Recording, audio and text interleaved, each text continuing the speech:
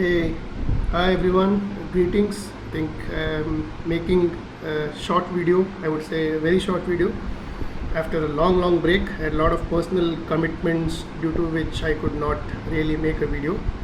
So today I'm planning to show you something. I don't know whether you're going to find it very interesting, but this is more about how one can find the paksha in which he or she was born just by looking at the birth chart. Okay, uh, we all know that of course today the softwares will show you details from a panchangam standpoint in terms of the tithi, vara, nakshatra, and all, when you were born. But not all softwares show that, and sometimes you might find yourself in a situation where you may want to know the paksha in which you were born, or forget that part. When it comes to muhurta or electional astrology, which again is an ocean in itself, it is important that you know the paksha, because typically for many auspicious tasks, the broad guideline or the general recommendation is that you do it during the shukla paksha, and that's where sometimes it is important to know the paksha so that you can accordingly elect an auspicious time to perform a particular activity.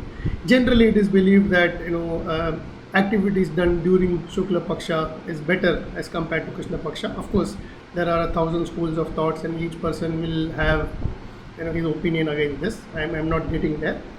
Second is, there are other subjects, like for example, in South India, there is a subject called Panchapakshi Shastram, which basically deals with Pancha Mahabhutas, and so for that, like there are five.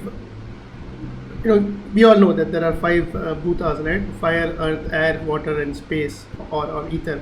So based on that, a particular bird is associated, and for that, apart from the nakshatra in which you were born, you also need to know the paksha in which you were born. So that's where sometimes it is important to know the paksha in which you were born. But keeping all these things aside, from an academic perspective, it is also good if you know the paksha in which you were born.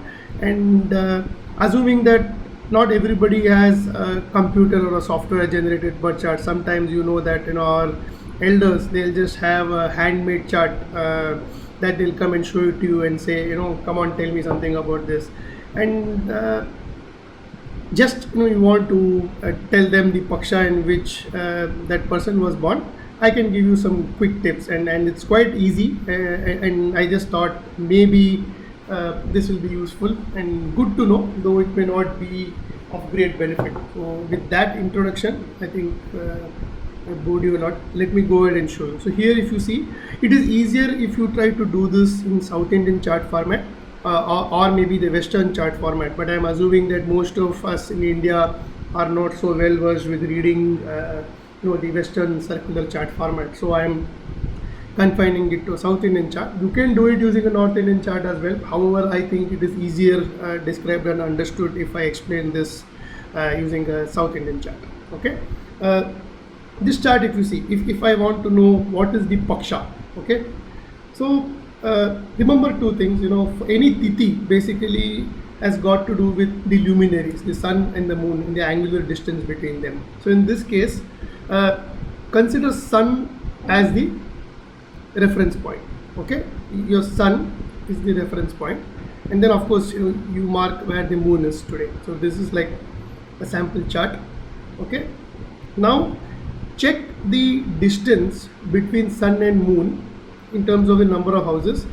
Go clockwise as well as you go anti-clockwise. Okay, so if I go clockwise, okay, it is 1, 2, 3, 4. So the sun and moon are 4 houses apart if it is clockwise. Okay, 1, 2, 3, 4. Sun and moon are 4 houses apart if you go clockwise. Whereas if you go anti-clockwise, obviously you know that there are 10 houses apart. This is the anti-clockwise direction, where the sun and moon are 10 houses apart. So because the clockwise distance is shorter or smaller than the anti-clockwise distance, it is Shukla Paksha. So this person was born during Shukla Paksha. If the anti-clockwise distance were to be smaller than the clockwise distance, then that person will be born during Krishna Paksha. So easiest way to remember, use sun as the reference, count the number of houses from sun to moon clockwise as well as anti-clockwise.